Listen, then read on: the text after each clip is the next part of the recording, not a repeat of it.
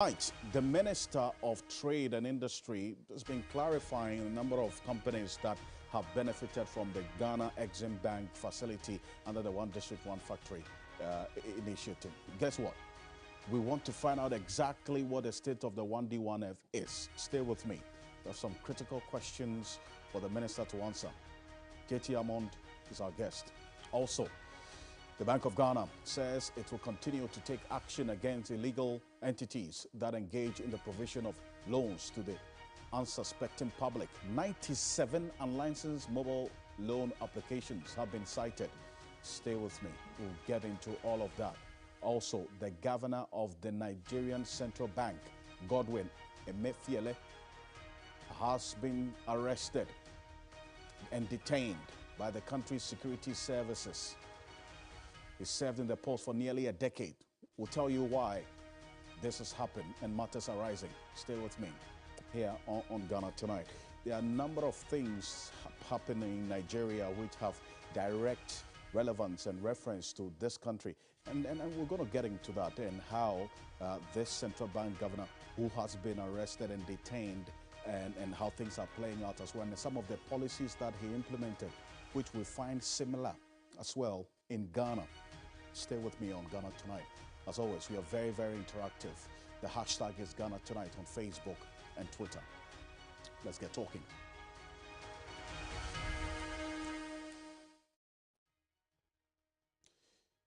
Well, let's settle for Ghana Briefs.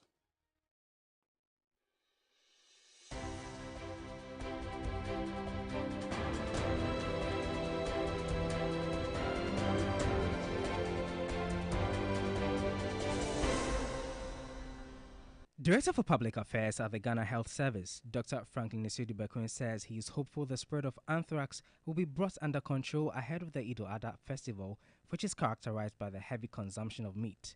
The Ministry of Health has redoubled its efforts to contain the anthrax virus, which has already spread to 6 districts in the Upper East region. This response is a multi-sector approach. So we have immigration, you have security, you have human, you have animal. There are clear directives, and what we need more is cooperation from the community to ensure that we adhere to the directives.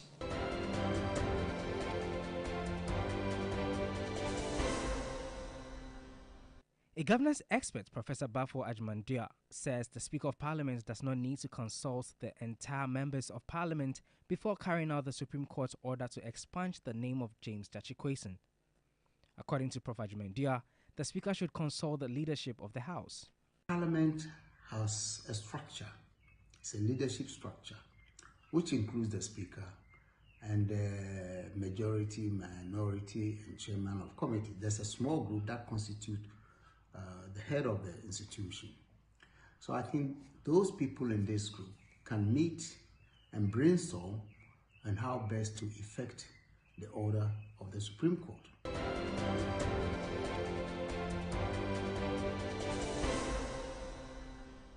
The minority in Parliament is demanding the arrest of leading members of the governing New Patriotic Party mentioned in Professor Frimpong Boateng's illegal mining report. Ranking member of the Lands and Forestry Committee, Rashid Pelpo, addressed a news conference in Parliament. We believe that if government wants to demonstrate seriously or seriousness in the fight against Galamsey, it must go beyond the arrest of Professor Frimpong Boateng.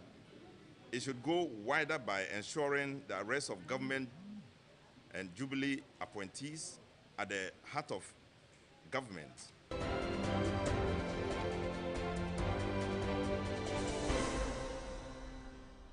Executive Director of the Media Foundation for West Africa, Suleiman Abrahama, has attributed the widespread of hate speech in Ghana to growing media space on partisan lines. He made the assertion on the sidelines of a public forum in Accra. I believe that if those who are put in power know that, look, one sure way of losing power is to make the people feel that what you do is to insult people, attack people, incite violence, I'm sure they will move away from that kind of phenomenon.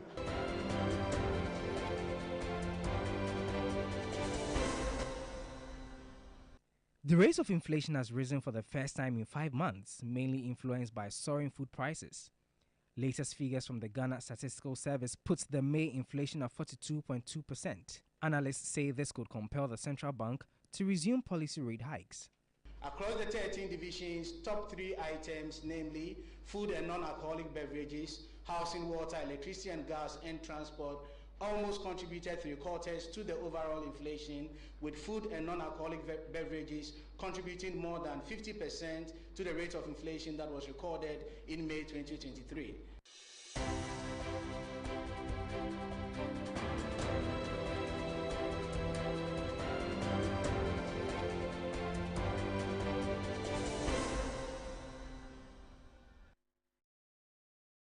Welcome back. This is Ghana Tonight. There's more on 3news.com. Make some time and visit 3news.com. Now, last Friday, Nigeria's new president, Bola Tinubu, suspended the country's central bank governor, the governor of the Nigerian Central Bank, Godwin Emefiele.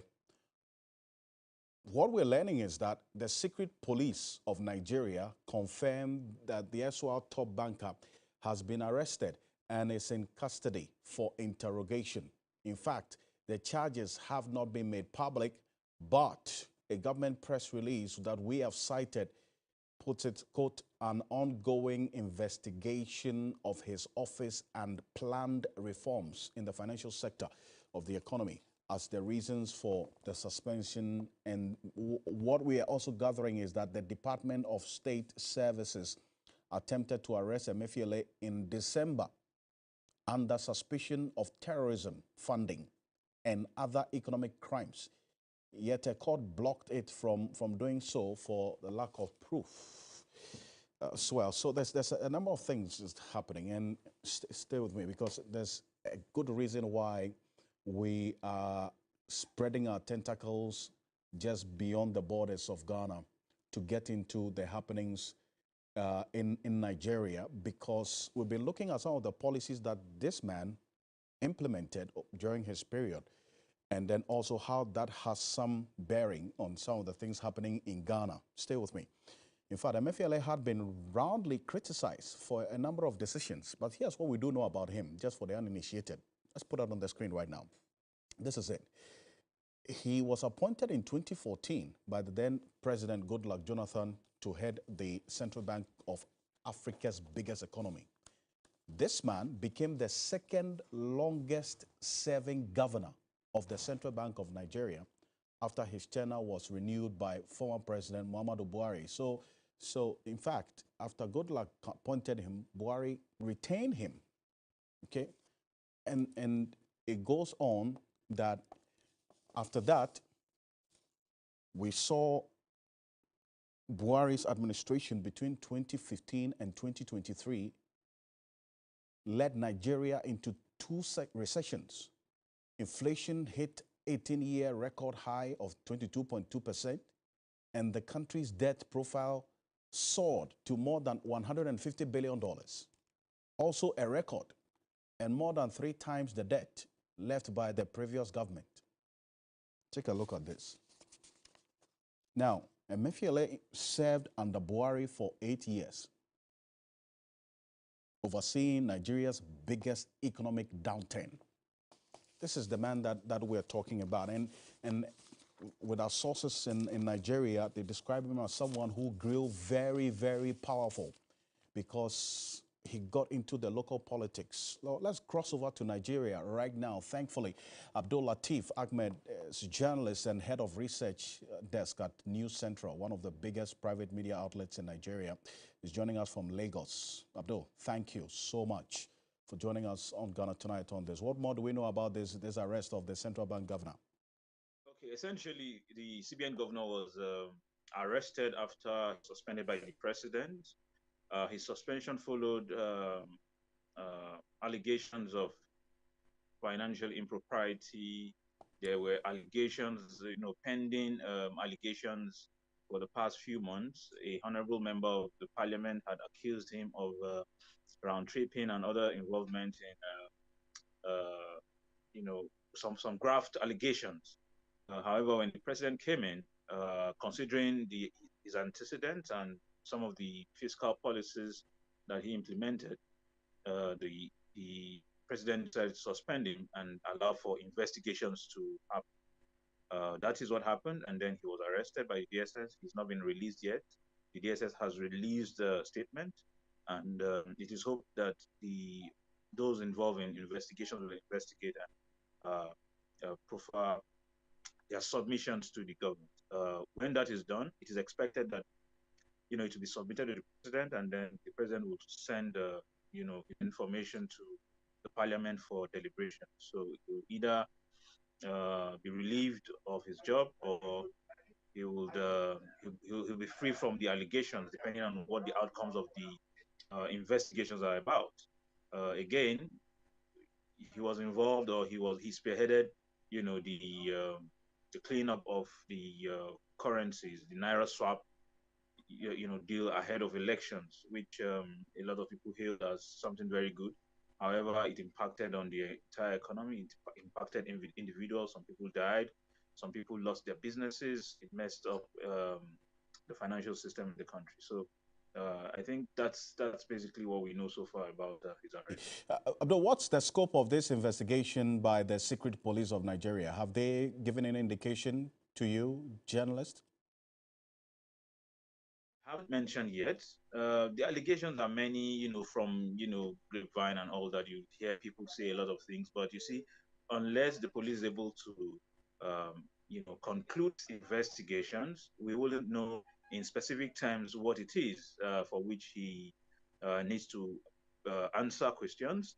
After which, we will now be sure that this is the reason for which he was arrested. I know that it may not be unconnected to the Naira swap, and the round tripping allegations. Because again, if you look at the previous CBN governors, one, they have not been involved in the politics of the country. I mean, being partisan, as the current CBN governor, they were neutral in the way they handle things. And but for him, Emefiele was involved in, actively involved in politics. It was bizarre. A lot of people were wondering what that was about, because there was no way you would hold a position like that and would be involved in partisanship. That is one. Secondly, it was expected that he profiled solutions to Nigeria's fiscal issues. For instance, while we had the previous central bank governors, they were able to maintain the naira to dollar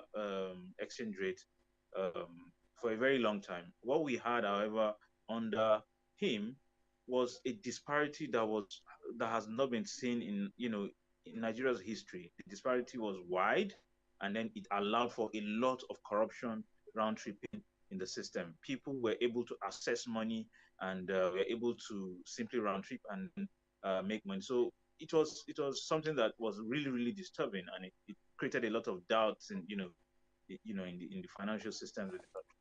I see. Now, we've also secured an amateur video of how the central bank governor of Nigeria was arrested. And this is, thank you, Abdul, for giving us this video. Take a look at this. This is it, right? This.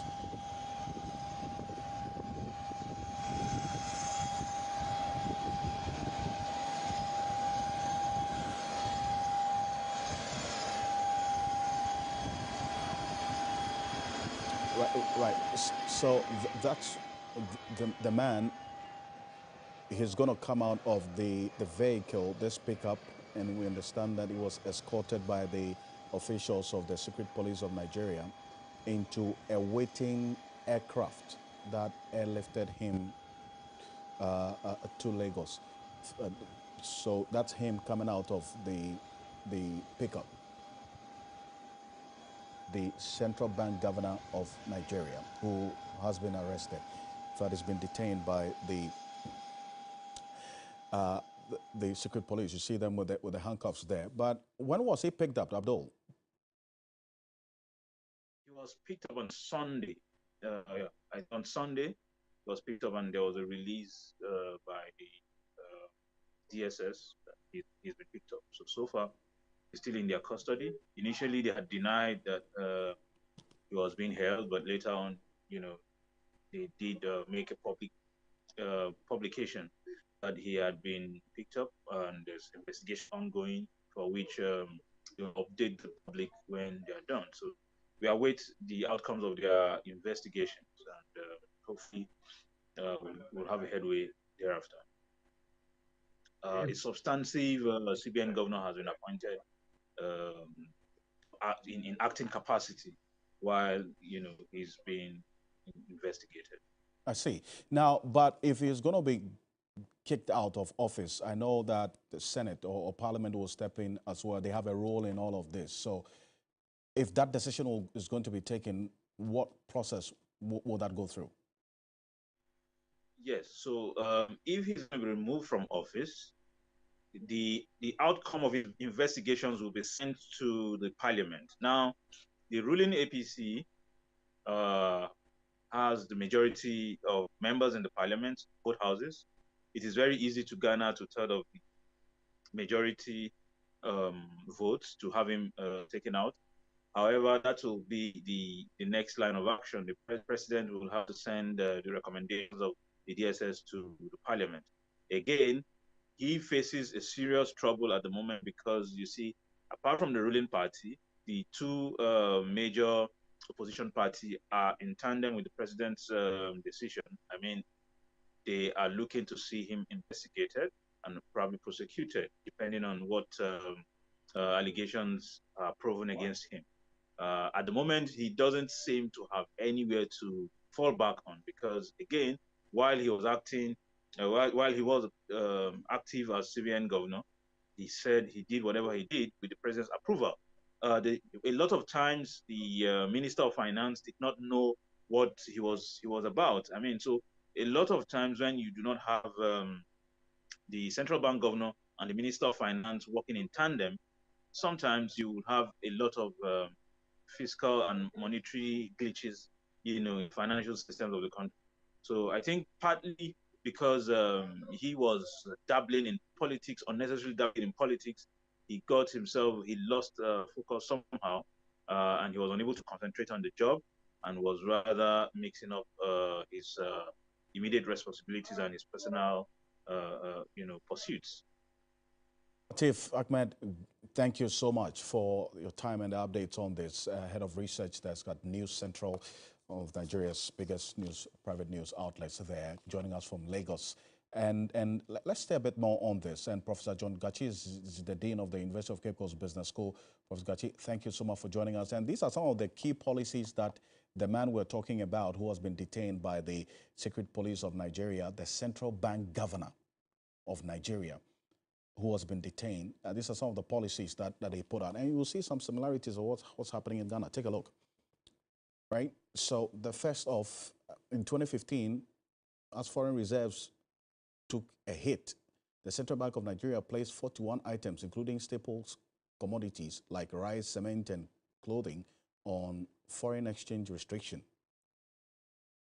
Now, that was also to prevent importers of these commodities from accessing the increasingly scarce dollar in the official market. Remember that during the economic crisis last year, the Bank of Ghana restricted forex to certain importing the commodities of this country, and how some companies were not giving specific access to the dollars because the Bank of Ghana said, and in fact, this was the president announcing earlier, that the likes of rice, poultry, vegetable oil, and toothpick, those people importing that did not have forex support from the Bank of Ghana for 6 months.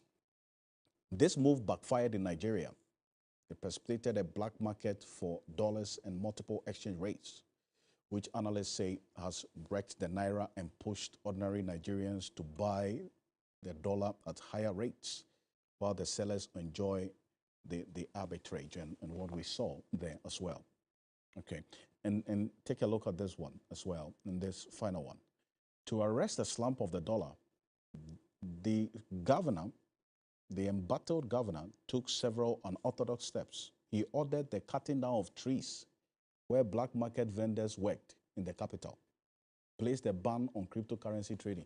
So you see, like how we find in Ghana, all of these black market people hiding under trees and so on. This man ordered the cutting down of the trees in the area so that they can be exposed. Well, Professor Gachi is joining us on Zoom on this. Professor Gachi, so, I mean, we've seen what happened and what's happening in Nigeria. This policy as well to restrict dollars to importers who import certain items. We saw it happen in Nigeria in 2015. It didn't have so much of an impact there. Rice, poultry, vegetables, toothpicks, fruit juice. This is what the Bank of Ghana did sometime last year. Let's put that on the screen. In your own analysis, did this policy have any significant impact on the city? Prof. I think the way it was rolled out, it doesn't show that it has any significant impact because we are not a country that is hugely involved in production. Our manufacturing base is not strong. So if we took a decision to stop importation of certain sensitive commodities and items into the country, it demands that immediately we should galvanize every effort to ensure we engage in production. But that is not what we are doing. So we cannot just stop importation and believe that that will be the solution for our problem. We need to stop importation as we take policy measures to ensure that production of those items are vigorously pursued, and then that will be meaningful engagement. But the situation where we just stop importation just because we know import is creating problem for us is not the way to go. Nigeria did that because we knew that Nigeria has stopped rice importation, and there is huge engagement in production of rice across Nigeria in commercial levels. We do not have that in the country. So it cannot work the way we expect. Even where we engage in domestic production of some of these selected items, we are not competitive. The imported item with all the duties that are paid still has those items priced lower than our domestic production of these items. So we need to also work on competitive pricing for the domestic production. We don't provide any incentive. We don't provide any subsidies to the producers of these items. So the pricing is not competitive, and it's a problem. I see. But, Professor Gatti, one other issue that we saw playing out in the case of Nigeria was that this governor of the Central Bank of Nigeria, who has been arrested and detained, was neck deep, that's according to the reporter who's just joined us, neck deep in the local politics and became very, very powerful. Now, in our case, the only time that, or the few times we've seen the Central Bank of Ghana being accused of politics is during this financial sector cleanup and how some of the financial institutions were collapsed. Is the Central Bank of Ghana independent? The Central Bank is supposed to be independent. It's structured in such a way that ideally it's supposed to be independent, but it is not independent. And it is because of the governance system. The idea of an independent institution is that as soon as you are appointed, whether you were a party chairman before or you are a party spokesperson before, as soon as you are appointed, your allegiance and loyalty is to the institution and the state. Your allegiance is not to any political party and any political activist. But it seems that is not what is happening in Ghana. The institution tends to take instruction from those who are supposed to be in the political game, and that weakens the structures of the institution, and independence is thrown overboard. And we begin to see activities that show a resemblance of an institution without independence. So I cannot say that our institution is independent. If your institution is really independent, you will not be recording huge influence on your economic management from the perspective of fiscal dominance. Fiscal dominance is a clear example of weak structures, is an example of infiltration of the political authority into the management of the central bank. So if that is not the case, the managers of the economy would not say that we need so and so amount of money to keep the economy going, and the central bank keep supporting the government in doing that, irrespective of the rules and the laws available to us. So I believe, I'm not sure we can conclude that our institutions or our central bank is truly independent. Mr. Gachi, great. Stay with me on this, and we're going to get into the issues of 1D1 because the Minister for Trade and Industry, Kobna Tahir Hammond, is our guest next, right after this quick break. We asked him about this 1D1F and whether it's had any significant impact on industrialization in this country, and then also some clarification on exactly how many companies benefited from the Exim Bank 40 million CDs under this 1D1F initiative. Is it 60 or 48? This is coming up next, right after this quick break. Get some more into these matters on Ghana Tonight. Katie Hammond, we sat with him earlier today. Stay with me, we'll be back shortly after this quick break.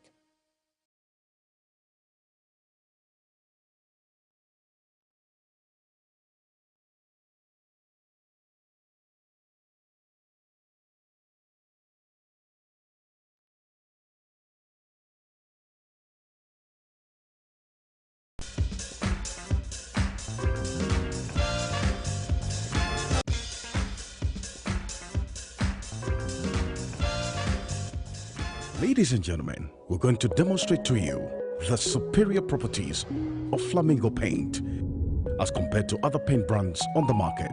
We take equal quantities of Flamingo paint and this ordinary paint. We then dilute them with water. And now, let the test begin. The gentleman on the left is going to apply the ordinary paint, and the gentleman on my right will use the Flamingo superior paint. As you can clearly see, Flamingo has the obvious better hiding. Furthermore, Flamingo has painted a much larger area. You know, one bucket of Flamingo paint is equal to several buckets of any other paint brand on the market. Flamingo paint is made with superior formulation to give superior durability, superior hiding, superior coverage. Flamingo paint, simply superior. Everybody knows Acrobato. And if you know Acrobato, it means you know M-Punch Homeopathy Clinic. M-Punch Homeopathy Clinic is my pillar. Let's hear what others are saying about M-Punch Homeopathy Clinic. Who will be careful M-Punch one?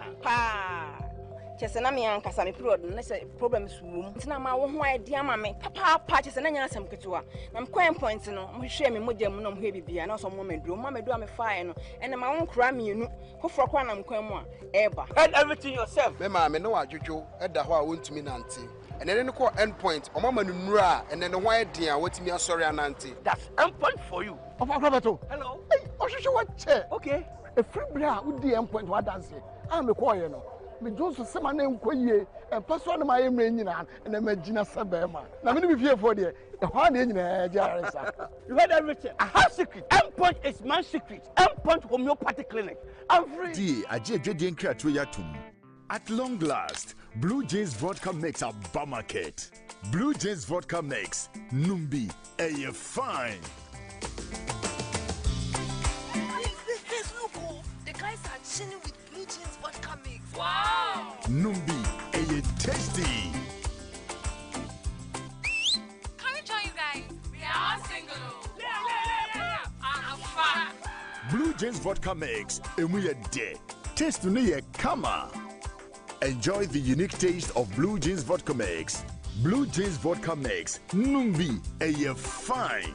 Blue Jeans Vodka Mix. Blue Jeans Vodka Mix. Numuni nyansem, wonton manimpa woni mfie don wotwe. Ensesa apemfo nom.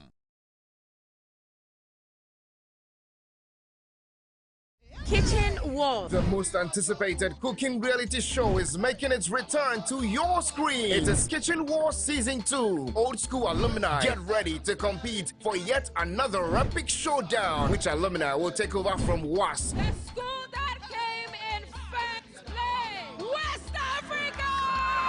Get your ladles out, sharpen your knives, and be ready to battle it out. Interested alumni must be in a group of 6 to participate. Simply send your details 0531 906 281 to register and stand the chance of being the best alumni in the kitchen. It's Kitchen Wars Season 2. Kitchen Wars, your school feed cook. Kitchen Wars.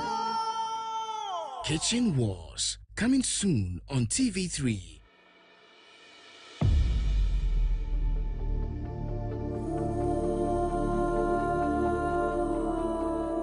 What does love mean to you? Is it words of affirmation, quality time, service, or lovely surprises? We like to get a little cocky and mix things up a bit on Perfect Match. The drama just went up a notch on Perfect Match Extra.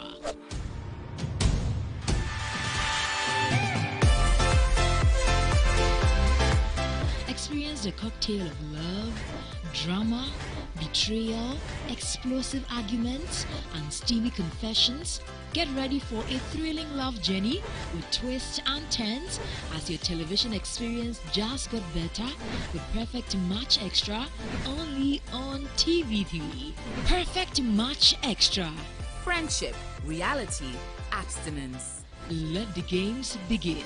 Catch Perfect Match Extra every Monday at 2 p.m. and 4 p.m. Tuesdays and Thursdays at 4 p.m. and the live eviction shows on Saturdays at 8 p.m. only on TV3. Sponsored by Close Up Complete Fresh Protection for your important oral care needs. Geisha Moringa and Geisha Black Soap for soft and glowing skin. Frutelli Calipo, Forever Clear. Beauty by Cava. Darling Lemon Drink. Flora Tissue. Enapa Foods, Say Enapa, Enye Ono Soko. Heaven Black Insecticide Spray and Coil, Heaven Dear, Bakope.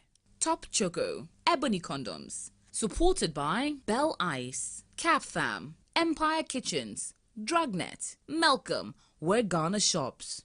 Blue Jeans Energy Drink.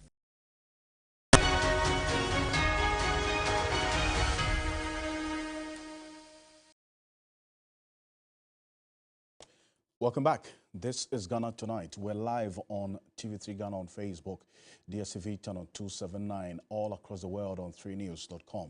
The Trades Minister, Kobina Tahir Hamon, is saying that a total of 48 companies, not 60, have received support through the 14 million cedis Exim Bank facility under this One District, One Factory initiative.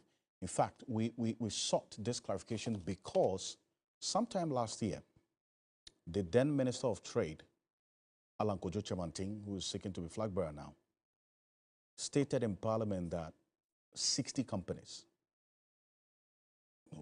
had benefited from this Exim Bank. So the clarification and the inconsistency, is this on the part of the Trade Ministry, or where did that data come from? Is it from Exim Bank?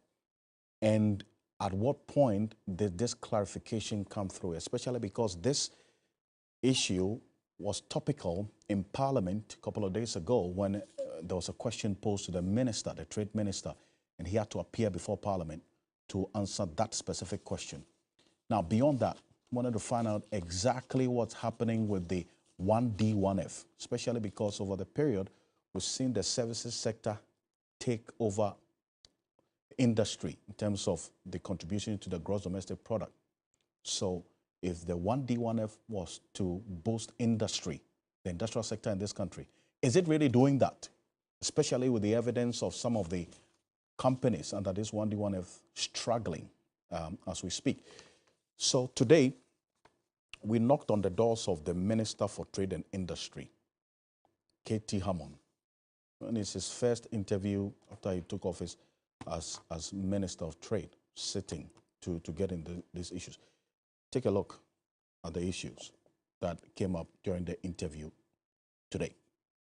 These 126 companies under the 1D1F that you talk about that are functioning, what's their health? What's the state of affairs with them now? Are they doing well? Are they thriving as we speak? To answer your question, they are doing very well. But that's not to say that they are doing 100% well. Not 100% well because they are collapsing, they are falling over the place or whatever. It is simply because of the... Remember, we started this in 2017 to build a factory from scratch, and of course some of them to recapitalize some of the companies that are already falling into difficulties. So we call them stimulus package, spreading stimulus package, to revitalize the existing companies that were struggling a bit. It isn't that easy. So we come into the year, a few years after they've gone through the pangs of their establishment, and then you have COVID. And then you have the things that some of you don't want to hear, particularly my friends on the other side of the parliamentary aisle. They don't want to hear the president talk about COVID and then the Ukraine war. But there are inevitability. In any political contest, you would have to, economic and political contest, you would have to mention this double whammy of a disaster because they haven't helped anybody. So in the context of this, some of them have struggled a bit. So they are picking up, they are doing what it is that they can. The banks have been, that's the kind of meeting that you saw us holding out there, have been asked to complete the disbursement processes. They have disbursed some of the money, haven't completed it all. But the majority, a good majority of them are doing fantastically, fabulously well. So you asked me about their health. They are because and you make reference to some of these other documents, not just them. There have been other reports beyond what has been reported by the specific station that you talk about. That there's evidence that some of the companies are facing challenges. Well, no, much as everybody else is facing challenges. And are you narrowing it down to just the impact of the COVID and Russia-Ukraine war? I mean, that's what would have started it all. I mean, the impact of this has been quite cataclysmic. It's not only, don't underrate the import of these two difficult international exogenous factors that are afflicted not only Ghana, everywhere. Every business has been afflicted. But in the specific context of what we are talking about, I've indicated some of the banks have not specifically been able to disburse all their monies. Some of them are still waiting for their equipment. And let me tell you, horror of horrors, part of the problem also emanates from the Parliament of the Republic of Ghana. Parliament of the Republic of Ghana. And I tell you why. Remember, I'm a senior member of the August House, so I said that some of the problem from there, I know what I'm talking about. This is it. One of the very first incentives that I told you about to facilitate the establishment of these factories is the waivers that we promised that they were going to be granted from their import bill. The only institution in the whole country mandated by the Constitution to be able to provide that kind of incentive is Parliament. The applications have been made through the ministry. Ministries are handed these applications to Finance Ministry. Finance Ministry has handed a good chunk of this to Parliament, and for 2 years now, Parliament hasn't been able to sit on the process. In fact, Parliament's Committee of Finance hasn't even decided this matter, let alone the plenary. That's a difficulty. As many as about 100 of these issues are still pending in Parliament. So you see, you see the difficulty there. Well, the concern that I've heard some of these other companies also raise in my interaction with them as well is the kind of process of implementing this 1D1F. For instance, that some of them produce certain items that have competition from other items imported into the country, which are cheaper. And so they don't, even though they have had all this support coming from government they still have to go onto the open market with their products. And because the pricing is uncompetitive, it tends to impact on their business as well. So yes, good idea, but the execution is where their challenge is, so that these people don't have a market for their products, thereby their sustainability and also they remaining in business becomes a challenge for them. That's one of their fundamental concerns as well. That's not a particularly good charge to lay at the door of the program. What is the suggestion that those other companies? So after you create, you give them all the support. That's right. And then they start producing. That's right. And they get onto the market. I understand the only way that they'll stay in business is when they have their they're able to sell. Yes, okay, able to sell. And that's where their concern is. Able to sell. So what? It suggested that the imported items are what, cheaper than what they produce. Indeed. Well, then unfortunately, they are probably not also producing. They are not producing at economic rate, proper commercial economic. The circumstance, the economies of scale, maybe it's not working properly. Well, they are operating in the country with all the tariffs and other things that they also have to deal with. I'm sure that is what you are... increase in the cost of electricity and other things that they have to deal with. I'm sure that's what you are talking about. At the time that they were engaging in the process, when they came, they sought advice and we took them through this. This weren't new elements that suddenly bounce on them. These were factors that already were in place. Their financial calculations would have taken account, save of course, but even that, I say save of course, we would have anticipated that along the line there would be some ABC that you hadn't anticipated. Business plans take account of all these things. So that is not my understanding. My understanding hasn't been that they are not able to particularly function because of internal competition from imported items. Confit juice, for example. What is the competition with the confit juice? I mean, the peculiar nature of a confit juice. What is the imported item, the competition with that one? What is arrived on my table, and you see quite a lot of them sitting on there, is basically what I've told you. Simply that the disbursement monies which were promised, we haven't had the full complement of the disbursement. We need that. Then some of them have also imported their materials, the equipment. I'm telling you, Parliament hasn't been able to give them the what is the name again? Hasn't given them the exemptions. The exemptions. And the whole other areas of financial difficulties. We are trying to help them dig themselves out of the difficulties. I haven't encountered so much about those who have produced. In fact, on the contrary, there are companies that have gone to and they are pleading that they get a little bit more capital, infused with some little more capital, so they can meet their demand. The demand is so much that they are pleading for their bankers to help them achieve the full extent of their capacity. How much of the market do these companies, well, now you're asking for specifics. I mean, it's agrarian. I wouldn't know that to your company, this is your share of this and that. I don't think. So I ask this because you talk about how it's also contributed in terms of development of the industrial sector in this country, especially because. Well, I've given you the numbers. There hasn't been anything like that before. Sometime in 2022. My predecessor, Alan Chemantin, was asked specific questions on this in Parliament about how much money had been facilitated, had been spent by government through this facilitation.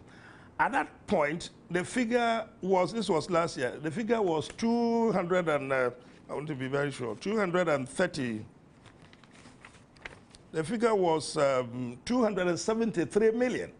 So he indicated that this much money was given out to Exim Bank.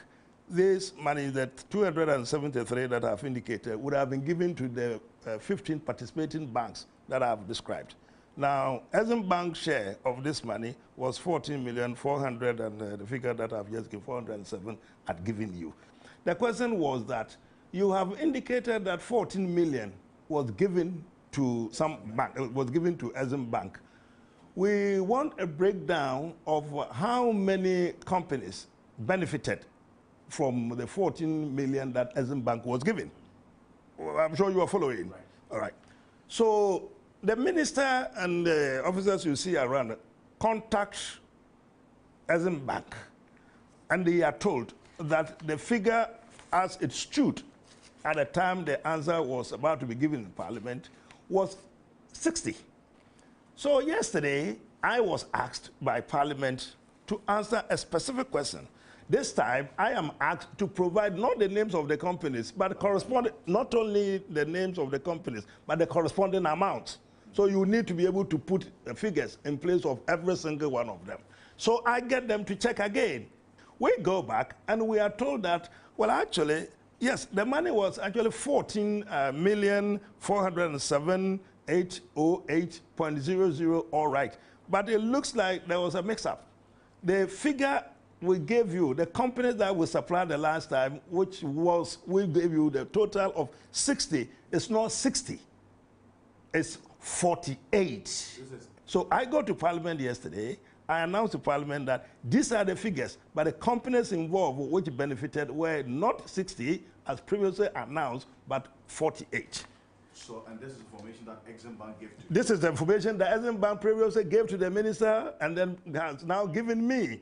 Now, all of a sudden, there is this he-ho, baliho all over the place that Alan Chemantin has lied. Chemantin is a liar. Where is the lie in this? There's another issue that we got into with the specifics of exactly these companies that he talks about, the 1D1F companies, and the exact impact that it's having in this country, especially because of how much money we have had to put in there.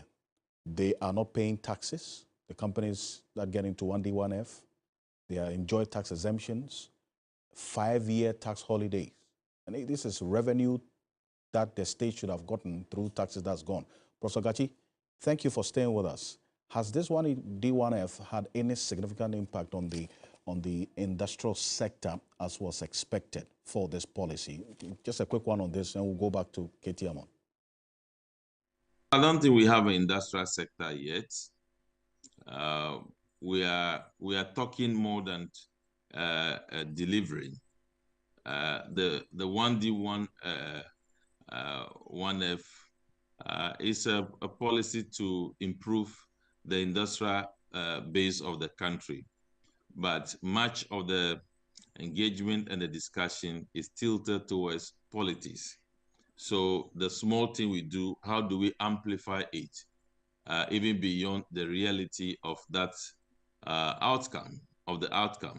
So that has actually taken the meaningful appreciation of 1D1F in the management of the economy of Ghana.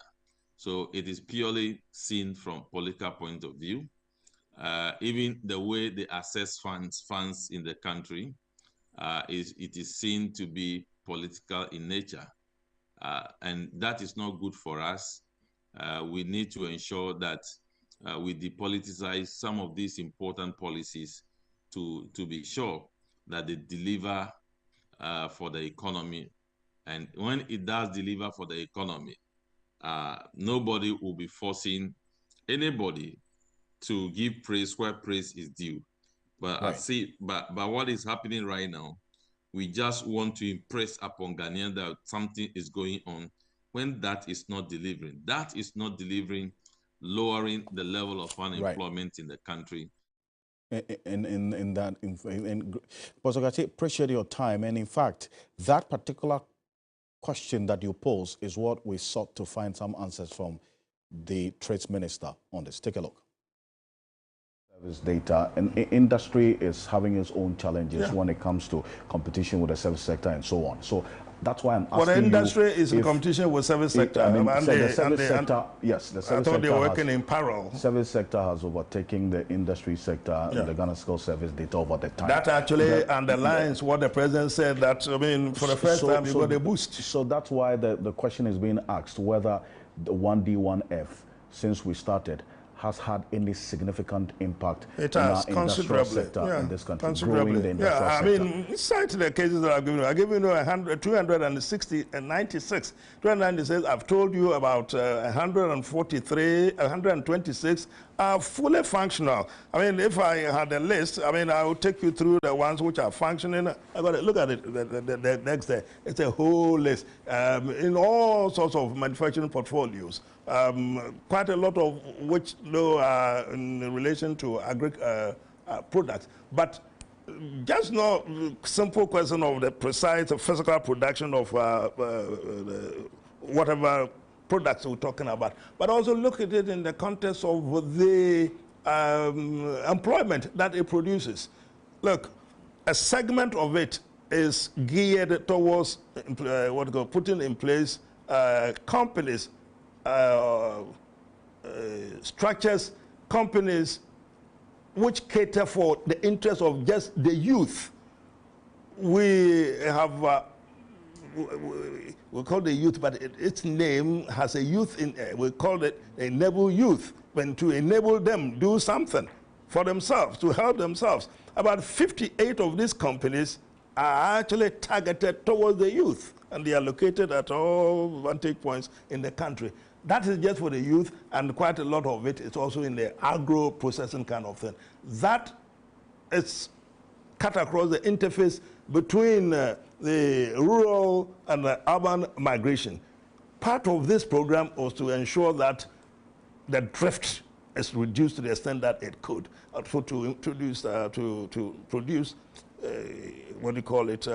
employment, produce employment for the benefit of our teeming youth. And that's why we call it the enable youth. So at least that is an advantage that's been introduced into the system by the program. How many of these companies that you pay the total of 300 million interest for are actually functioning and are in operation now? Well, it seems to me that almost all the ones that are the 14, I'm not aware of any of these particular companies that are, I wouldn't say 100%. See, we demarcated. We talked about those who are producing 80%, 90%. A few of them are producing close to 100%, full capacity. If you ask me how many of the 48 or of the 48, well, we were talking about 60 and the 48, but I think the 300 million you're talking about is across the whole board. And the whole board is basically, you're asking me about the, the 296. I won't be able to tell you which ones are here, which ones there are full what's in operation. But I've told you that 143 of them are fully functional. So I do not have evidence that any of the 143, you see, again, don't get it wrong. 143 are those which are fully functional. But of those, 126 are those which are fully functional. But of the 143 which are nearing completion, they have also absorbed some of the monies. So if your question is, has some of this money gone to some of the companies which must have fallen into some difficulties, I won't be able to tell you straight away. Well, so some of the questions we asked, he couldn't tell us straight away the answers. And so we're going to continue putting those answers and getting, in fact, putting those questions and getting answers for you here on Ghana Tonight. But the central bank has served a word of caution to the public against engaging the services of some applications operating without authorization. 97 of them have been cited by the Bank of Ghana for engaging in unlicensing lending activities. As we go on, we'll put that on the screen, but Dr. Edu Sarkodie, thankfully, has been listening and looking at this particular release. Dr. Edu Sarkodie, I appreciate your time and your patience. Thank you so much. Now, the question is, beyond this release, what can the central bank do to ensure that people don't fall victim to these unlicensed loan apps? I think they should just tighten supervision. They should change their modus operandi. If they are going digital, they should also develop a digital way of supervising the digital credit because it cannot be business as usual. And I think the punishment must be punitive enough to deter others from doing that.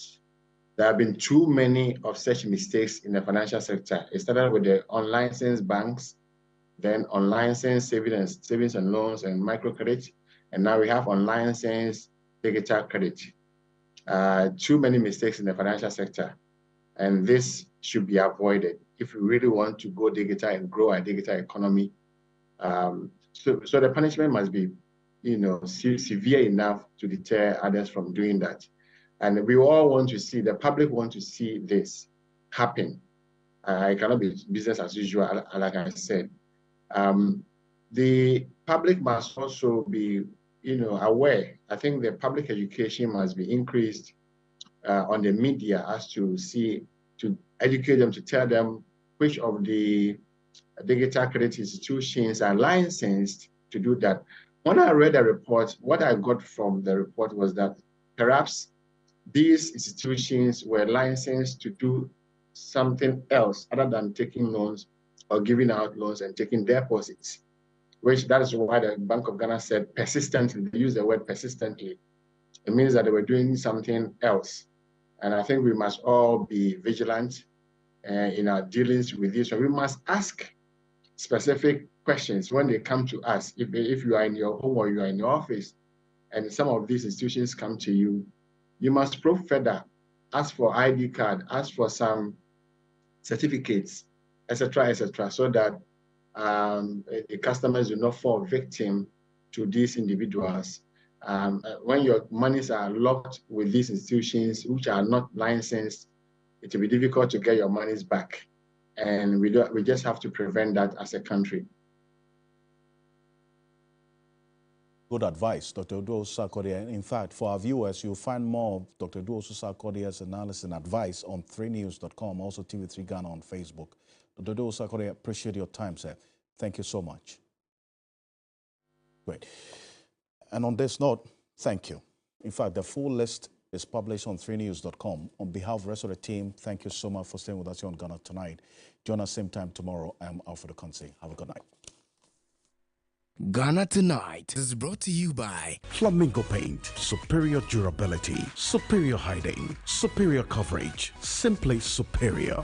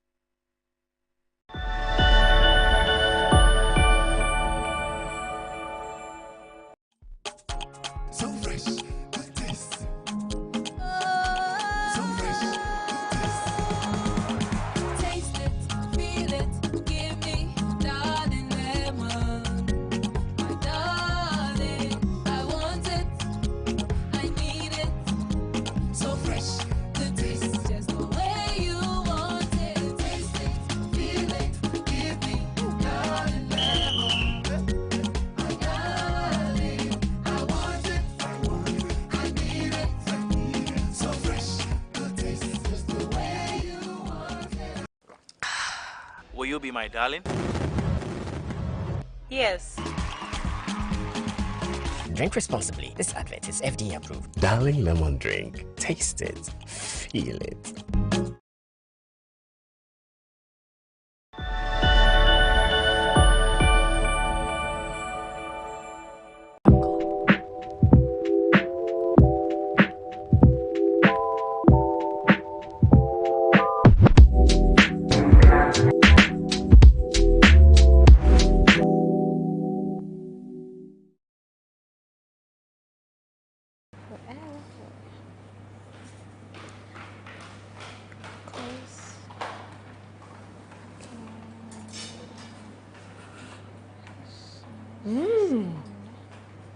That's what people are doing in this country. Go for do my things. I'm hungry. I want to prepare rice and eat with the soup.